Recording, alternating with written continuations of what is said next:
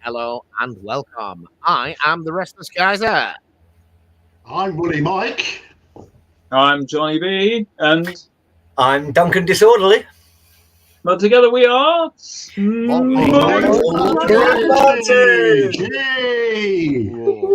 Good evening, good evening. It has been a few weeks, guys. Sorry about that. We had a bit of a gap anyway, and then we had a cancellation. But we are here now, and we are delighted to have Duncan as our guest again. Quick round of table. Hobbying tonight then, if anyone is doing any.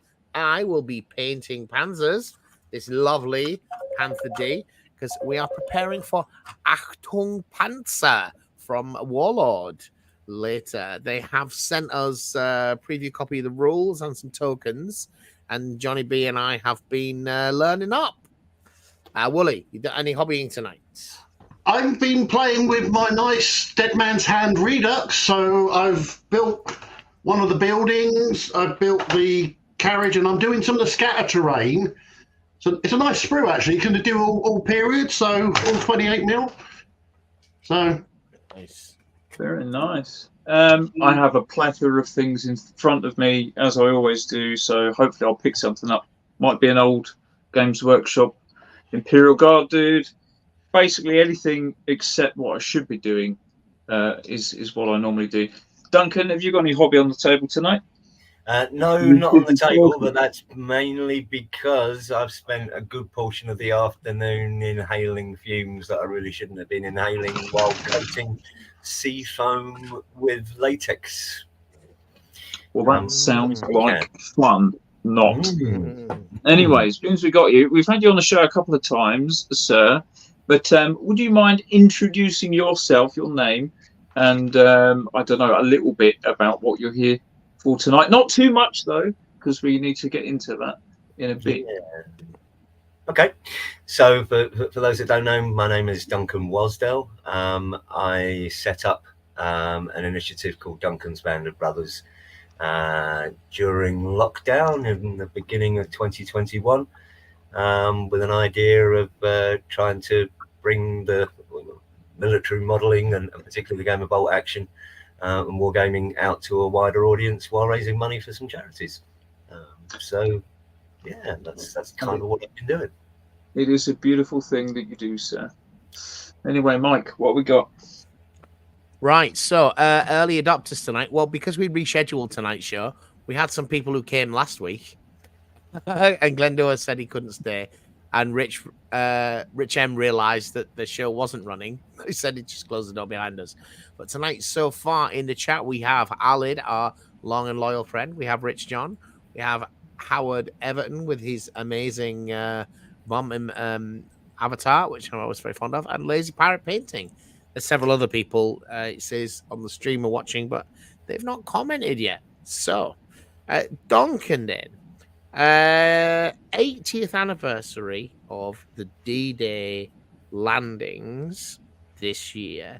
So this is a busy year for someone who's been building like a Breakcourt Manor type scenario board. You've got a lot on. So why don't you start by taking us through what you're up to this year? Yeah, no, sorry, that's my daughter deciding that now is the most appropriate time to try and call me, so apologies if that sound just came through.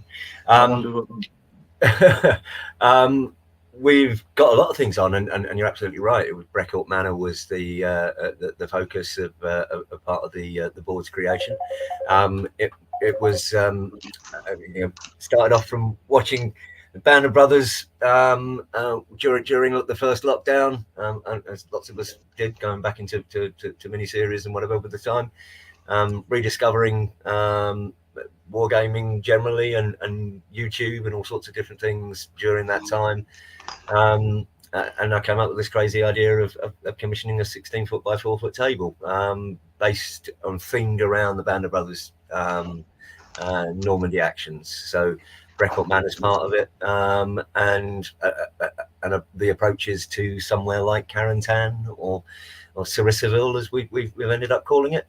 for the notion of the boards. The idea when I went and did it, there was lots of ideas behind it, but certainly part of it was to create some really amazing scenic tables that people would love to want to come and play. I'm no great painter, but I love the spectacle of really good armies playing games on really good looking tables.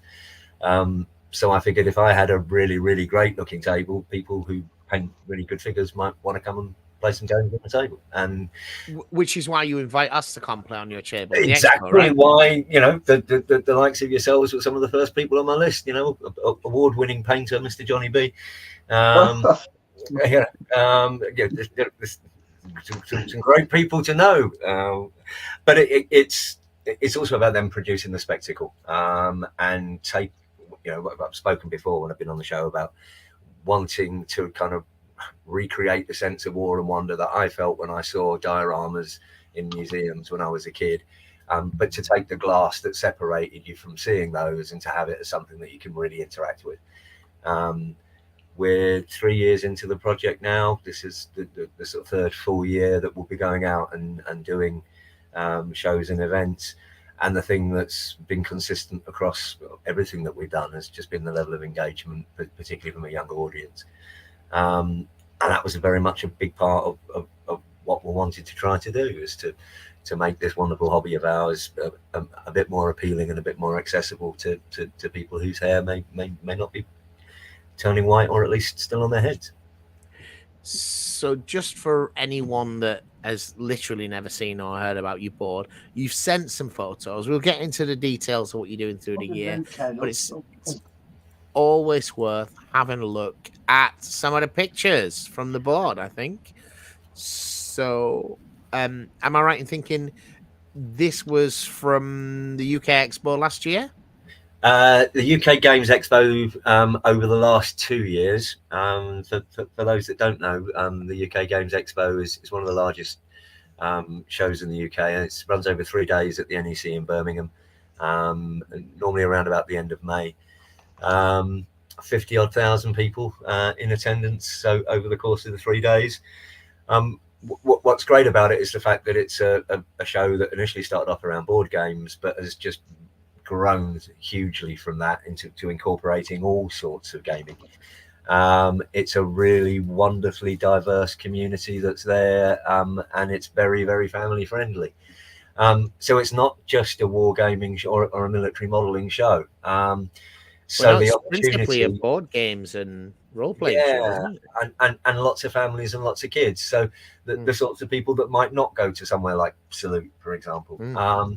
And you know, that for me was the really wonderful thing about the idea of this board. It was to take it to events like this, where we could showcase the hobby in a way that would make it really interesting and appealing for people who don't know anything about it, and certainly, you know, more engaging and appealing than a flat green cloth and you know, a couple of boxes stuck underneath it for hills. So, you know, as I mentioned, I've been relying on people who paint really, really well to get involved and to help out. Example there is a brilliant piece of work that was done by Barry Humphries, who's a fabulous painter based down in Stoke. And he's done quite a bit of the stuff for the Brecourt Manor for me. There's a guy called Jack Bellaby who's done some of the American Airborne that we use on that board. And then we've invited lots of people to come along at the various events and bring their own troops down and their own armies and come and showcase the game and have some fun on the board. And obviously, Mike, you've been this one here. Yeah, I was going to say this is quite an interesting. I mean, I forget. Is this Andy's? I think it is. It's either Andy's or it's Ken's, but I think it may well be Andy's. Because this is that one of those German Panzer divisions in Normandy that's made up of old French vehicles. That's right. It's Andy's 21st Panzer, I think. Yeah, he's done a load of kit bashing and so forth to make these kits, hasn't he? There's a lot of resin and metal and a lot of work gone into it. Really nice. Well, there's a lot of stuff here that on these photos that have got the work of Andy Lyloff.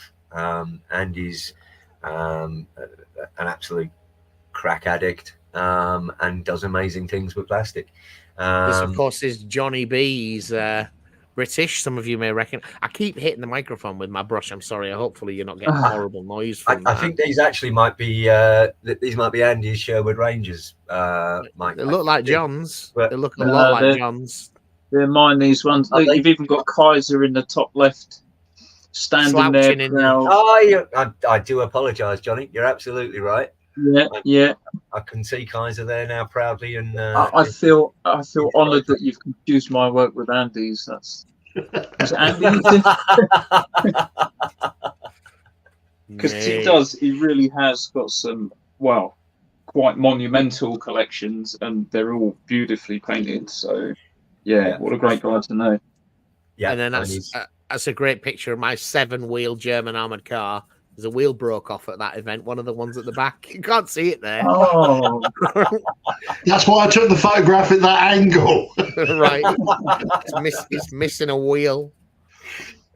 I think that's my Panzer IV. You can see the skirts are on a bit iffy. That's not mine. That's a lovely German model with a periscope there. Yeah. You know whose that one is? The guy in the window? One of these days, I'm actually going to sit down and label. yeah. Well, there's a lot. You do have a lot of interactions with the board, which is good, as you say. All the people that come and not only put models on there, but come and play. It's pretty awesome.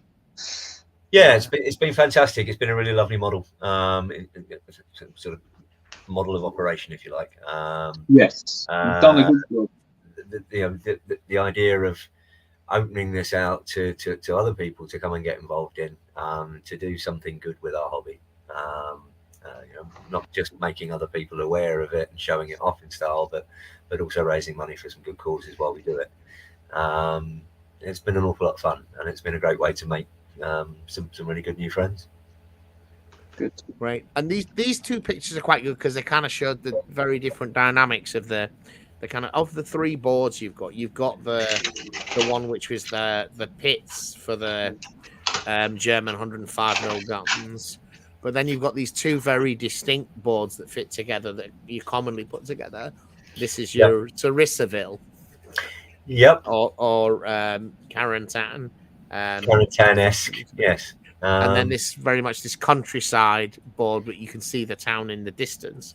And it makes a lovely 8x4 table. Those 2 together are 2 very different terrain types. Yeah.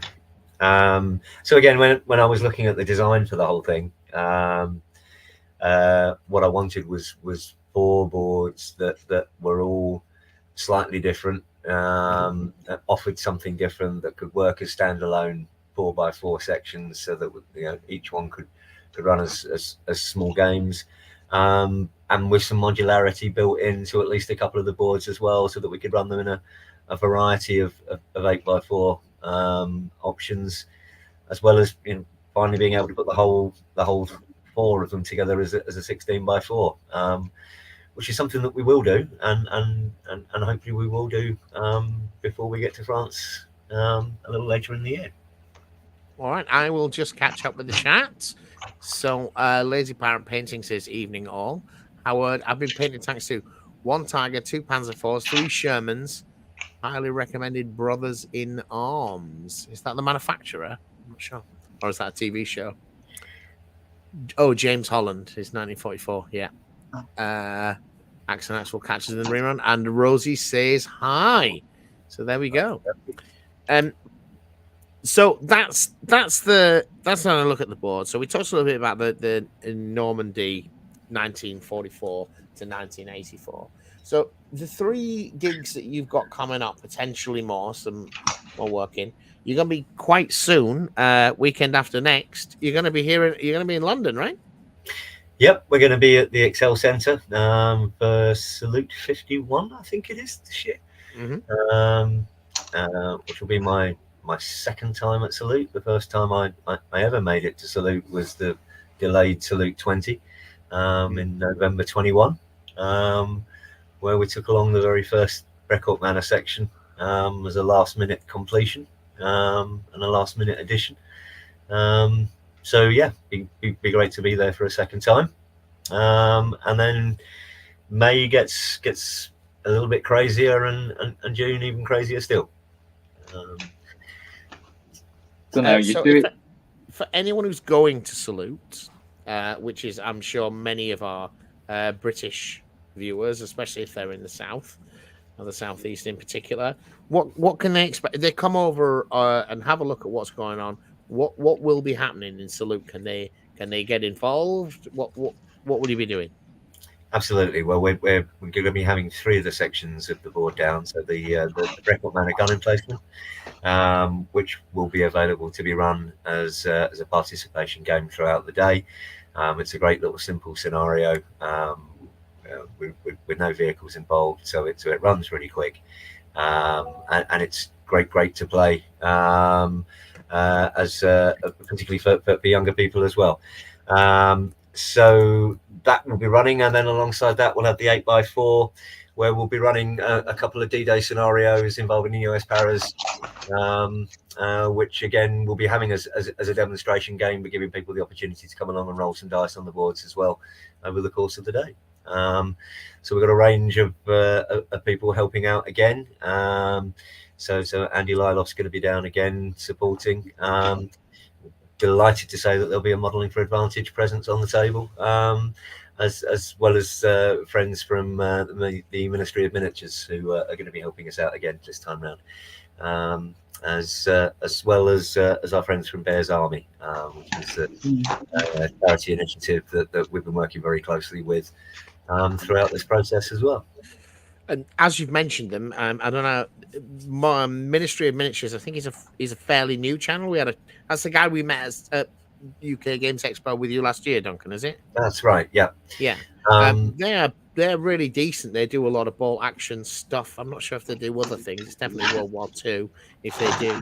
But they got pretty high production values for a new channel. They're decent. If you like your bolt action battle reports, you go check them out.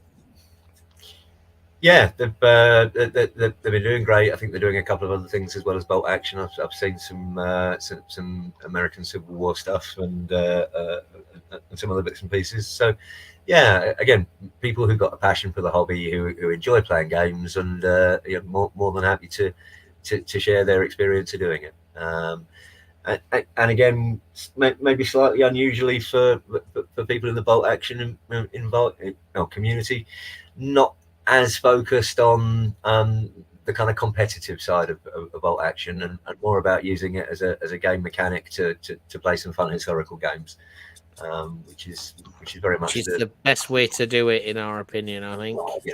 Yeah. Of courses, but it's certainly what I much prefer to do. So the Salute thing you mentioned, so the main thing, the main event will be mostly a demonstration scenario, but people can roll a couple of dice if they want to pop along. But if they want to learn bolt action, or they've got young kids that they want to try it out, they can book in a slot on this gun emplacement board. Yeah, absolutely. And play that scenario. And we'll be running that scenario probably 3 or 4 times at least over the course of the day. Magic. And then from there you go on to the UK Games Expo. Yeah. Or you're going to be in France before that? I can't remember. No. So the UK Games Expo is running from the 31st of May until the 2nd of June this year, which is the Friday, Saturday, Sunday at the end of the half-term week, I believe. So we'll be arriving on the Thursday, setting up there, and then it's our 3rd year of being there, although only my 2nd year for actually being there, given that the first year that we did it, I managed to have an event running without me being there. Because you were very ill. Well, I was recovering, which was actually the great thing about it. I just had a kidney transplant and was recovering. And this has been the amazing thing about the Duncan's Band of Brothers idea, is that there's a whole bunch of people that have been really happy and keen to get involved and to help out, to the extent where even when I wasn't able to be there myself, the thing still ran. which was hugely positive and inspiring, and really gave me the impetus to keep things moving and keep things going with it. Yeah.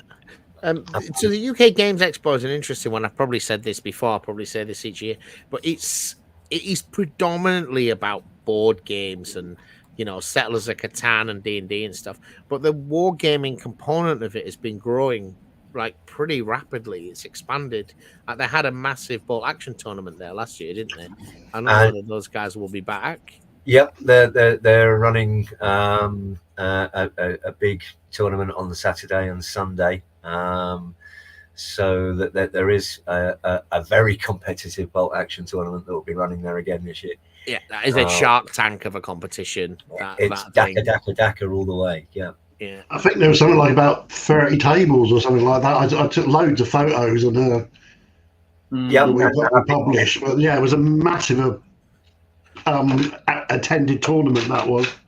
And I think virtually every table had a Lee on it. Yeah, something about that tank. So the thing I would say about the Games Expo though is, compared to pretty much any other event that I've ever been to, it is one you could take the wife and kids to. Yeah, they're even if they're not remotely interested in wargaming, to a much greater extent than something like Salute or a local show. Because of the big board game presence and the kind of the cosplay, because it's such a big event, there's a lot of that going on. There's all the kind of hippie knickknacks for people that are into superheroes and stuff. It's just much more of a kind of much more generic in that respect, much broader than just wargaming. But it's still a great show for wargames. And it's huge and colourful, and there's a Viking camp generally outside. Just one of the hotels, and so there's various Viking raiders. They literally camp outside, don't they? They got tents and a cooking area and all sorts. Yeah, and I've not seen a single one actually in the bar at any point for taking a minute off. They really go for it and go through the whole weekend. It's quite a spectacle. And I think I've seen every iteration of Doctor Who in costume there, as alongside countless superheroes. It's great. It really is. And actual Daleks. Actual Daleks. Yep. So it's certainly, I think, one of the most family-friendly shows that you could come. And there's an awful lot to do, whether it's participating in games that you've never seen or heard of. There's some really great demonstrations going on. There's some great chats. There's artists in residence. There's all sorts of things going on. It's definitely worth having a look at. And so at your table there, presumably you're on one level, you're going to be similar to what's happening at Salute, but you also have kind of painting stations there for the kids, right? Yeah, so we were invited along by the organisers who saw actually a YouTube clip that was made about our first ever show at Salute back in 2021. They hadn't really had a wargaming presence there previously. Really liked the idea of what we were doing as making something accessible to an audience that perhaps didn't know wargaming, and connecting that with raising awareness and funds for charity. So they sponsored us to come on and kept asking us back. So we've expanded what we've done there every year slightly. We had a partnership now with Warlord Games that was sort of very ad hoc in the first year, a little bit more coordinated last year, and has moved on great game this year, where we're going to be working very closely with Warlord and indeed with Army Painter, who they're working with. So we'll have a painting station available with some pro painters and some great amateurs along as well, for kids like maybe down. Me and anybody else who's popping along, come down and sit down and have a paint and a chat for a little while.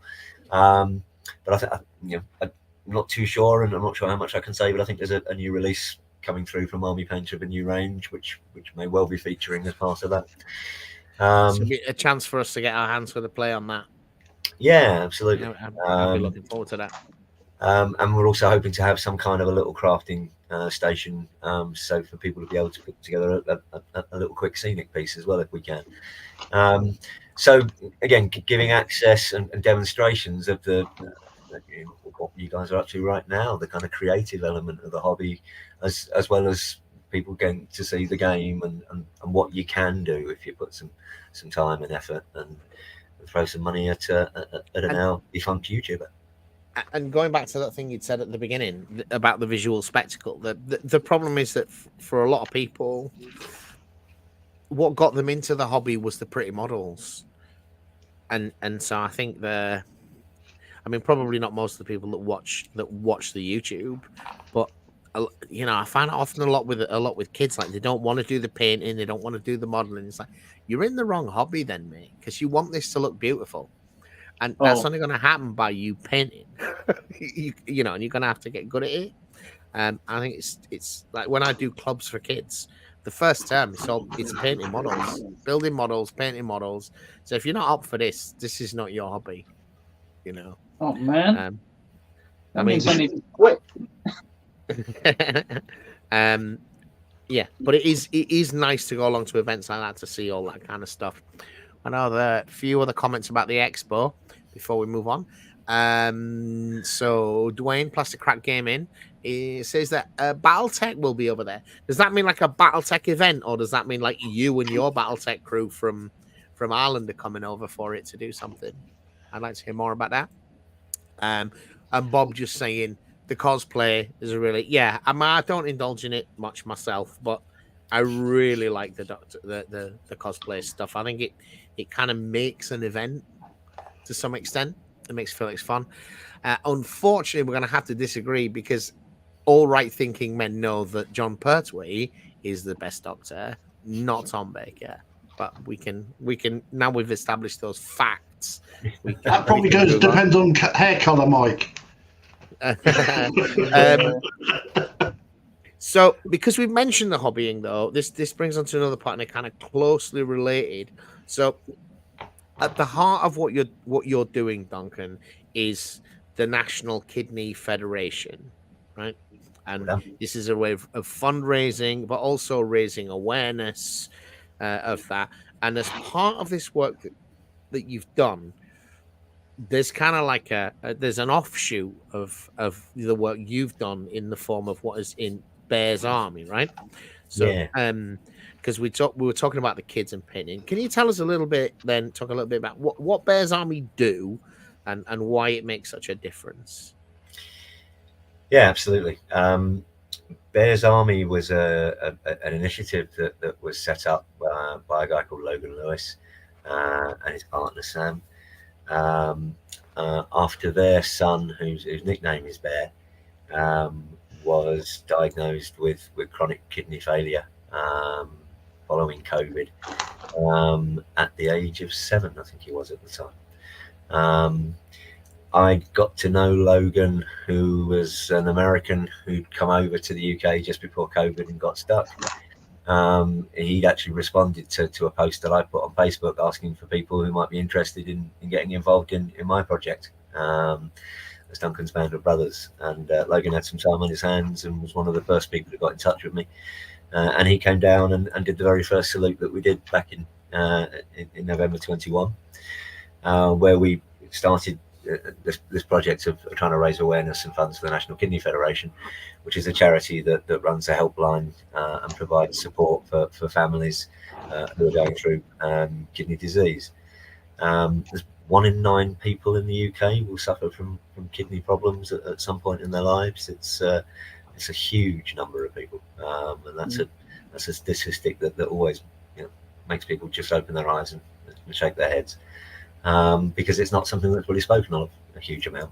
And there are lots of kids that go through it, and after COVID there seems to be a lot more as well at the moment. Really? Especially kids or people in general? Younger people seem to be that there seems to be an increase in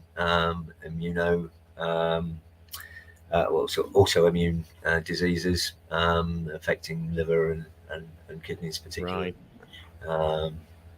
but no official link to anything to do with COVID, of course. But that's something that's going on. So Bear went through a really tough time, and the family as well.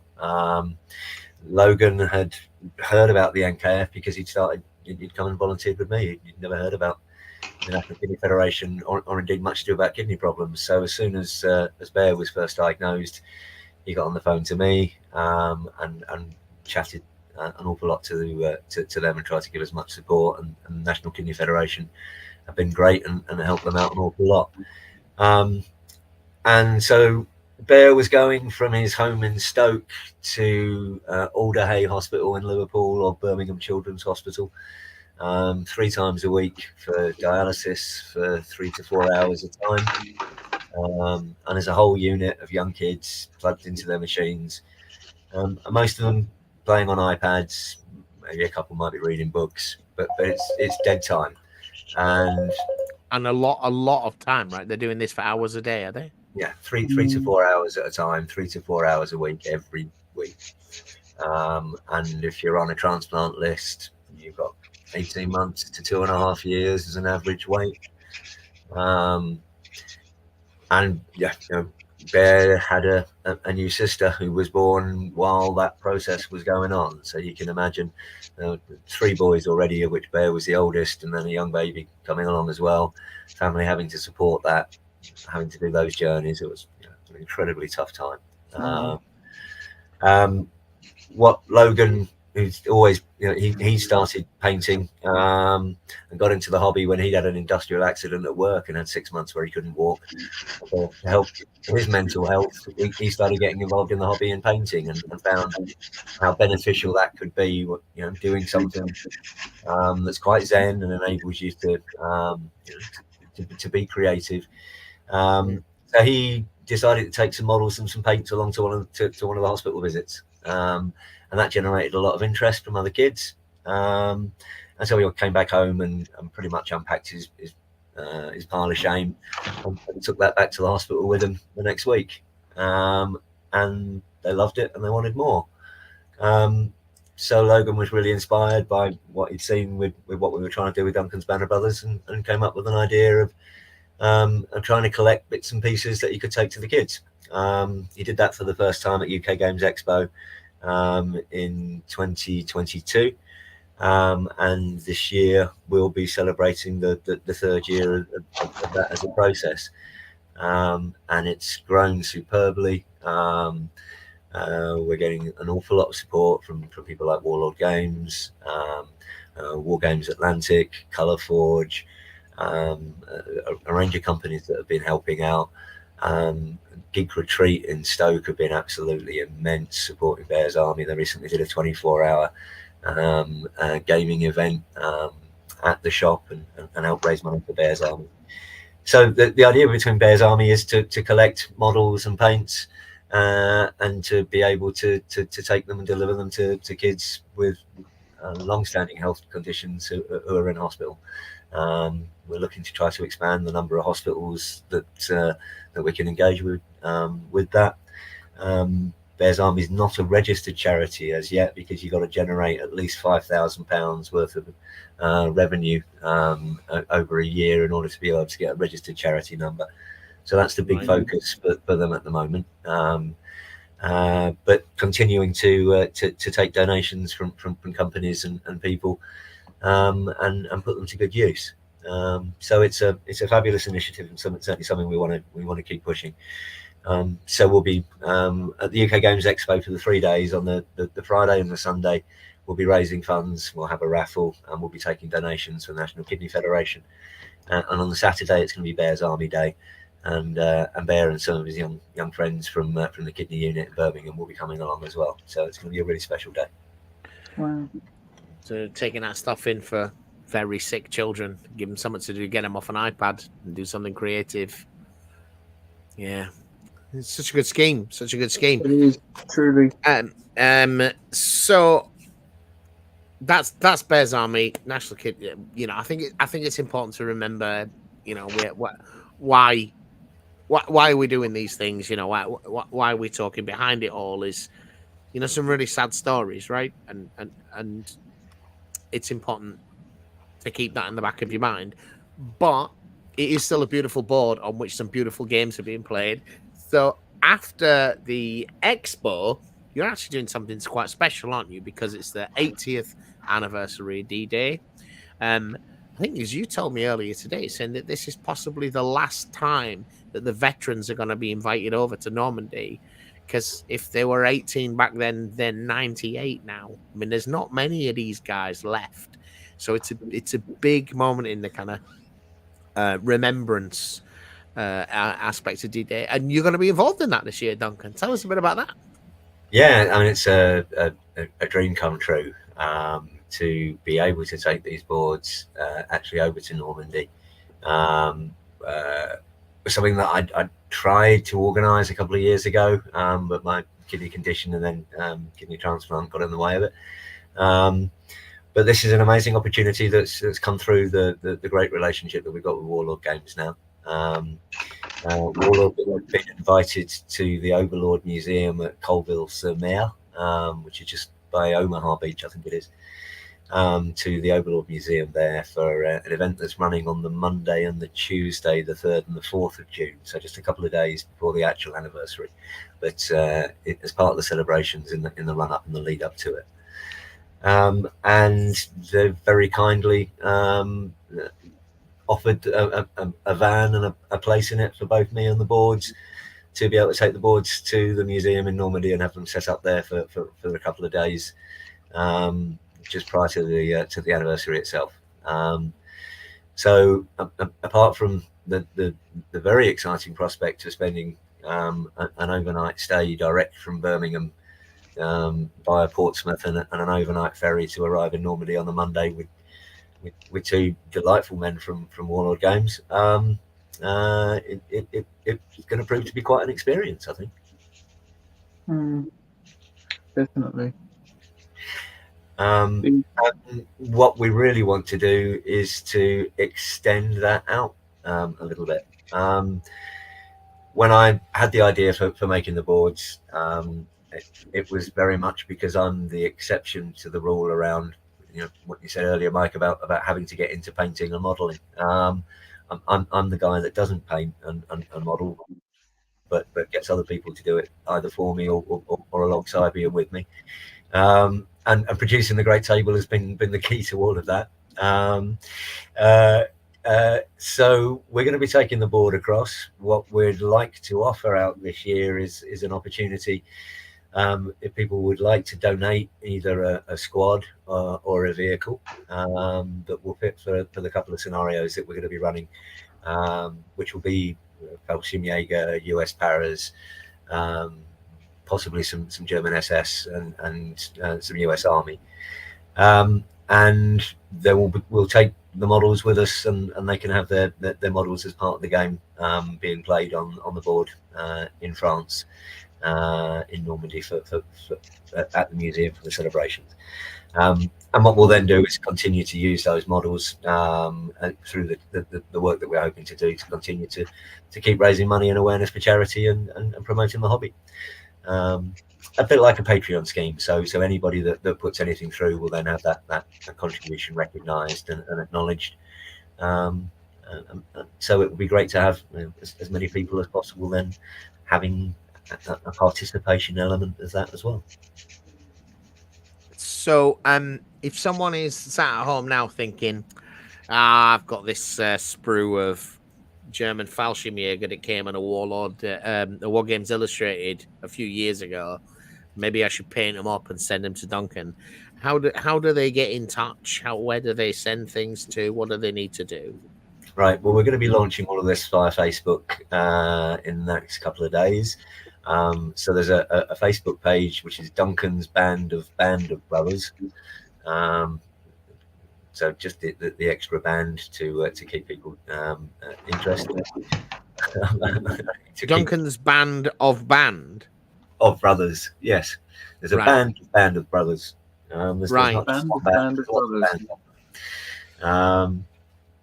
And we'll be publishing details on there to share. We'll also, through Bears Army on Snapchat, be putting some details out on there as well. And Warlord Games are very kindly going to be making some mention of it as well. So we'll be putting a kind of wish list together of units, or a kind of checklist, so that we don't just get 27 Dick Winters. And there'll be a chance for people to have a little look on that and see if there's something that they've either got that they would like to pass on, or maybe a little project that they'd like to take on over the next month or so, and move on from there.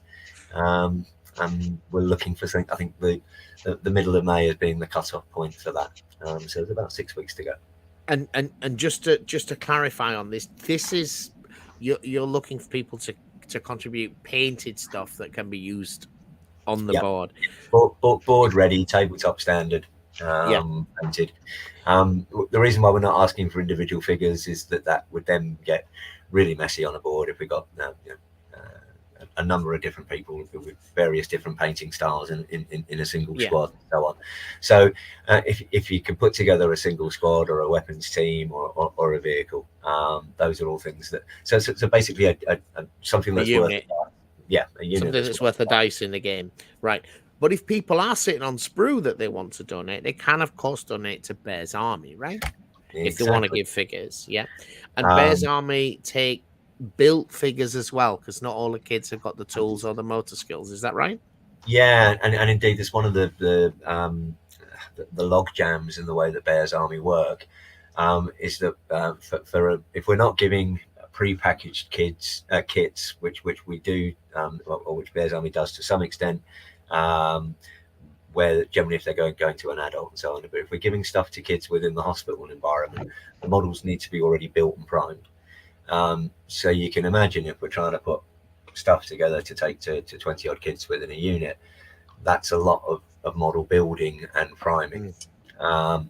So if you're doing some work as you are now, and you're putting a model together and it hasn't worked out maybe quite as well as you wanted, or you've got that extra one that you don't need on the sprue, build it, prime it, and we can get it through to Bears Army. And literally single figures are valuable to them, right? For first time trying kids, they need complete models to paint. Absolutely. I mean, again, at the Geek Retreat in Stoke, one of the activities that was running over the 24-hour event for Bears Army was build a model. We'll give you a sprue, and as long as you leave at least one model for us, take the sprue.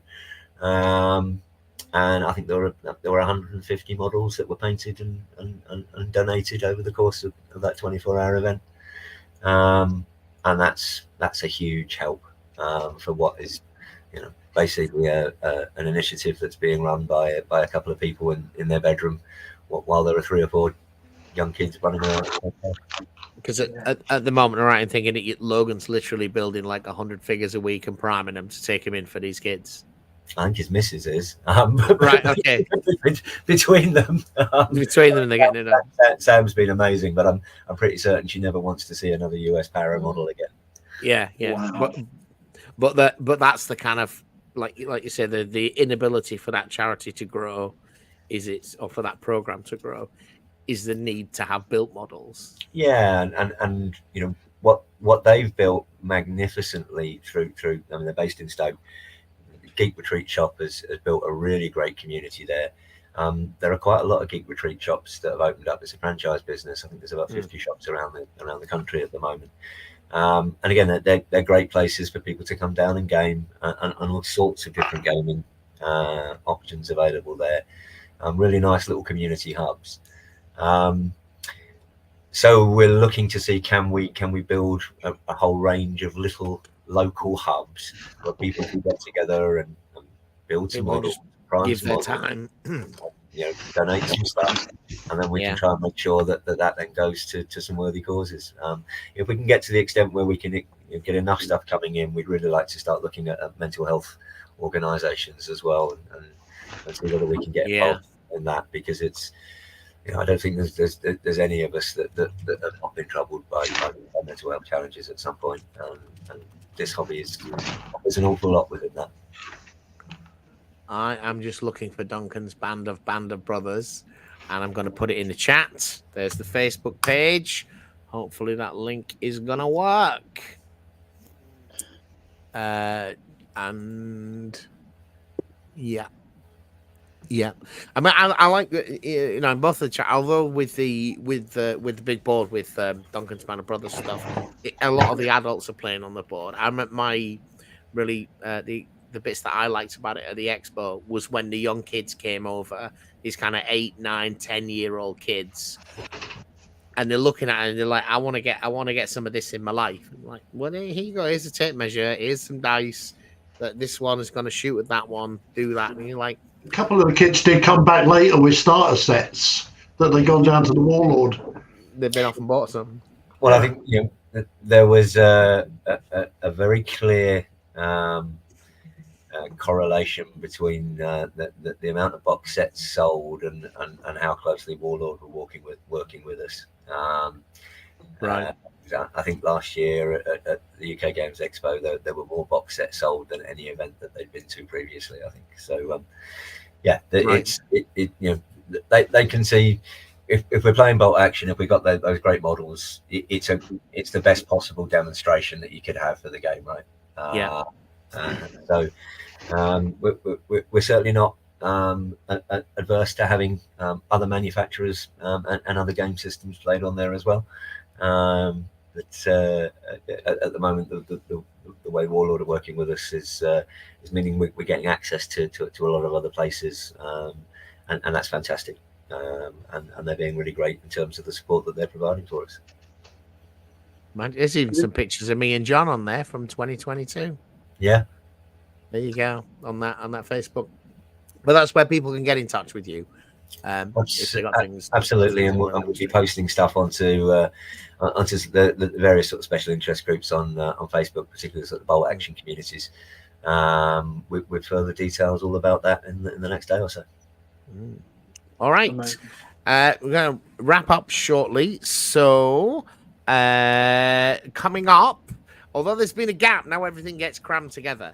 Because for those of you that remember, Nick the Greek or Medieval Warrior is due to be on next week. He was due to be on the other week. He's one of the reasons there was a gap.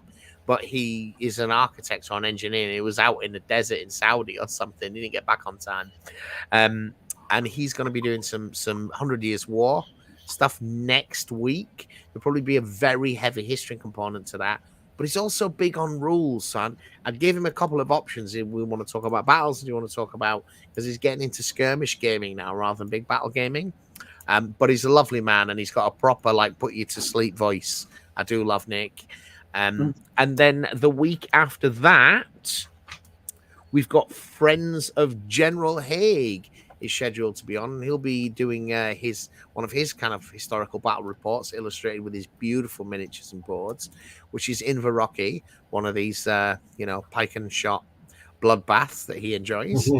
And then that is the weekend of Salute. If you're at Salute and you see us, do come over, say hi. Woolly Mike is going to be working on Duncan's stall all day. I think he's going to do the whole thing because he's got more stamina than me. I'm going to be popping down there with a couple of friends.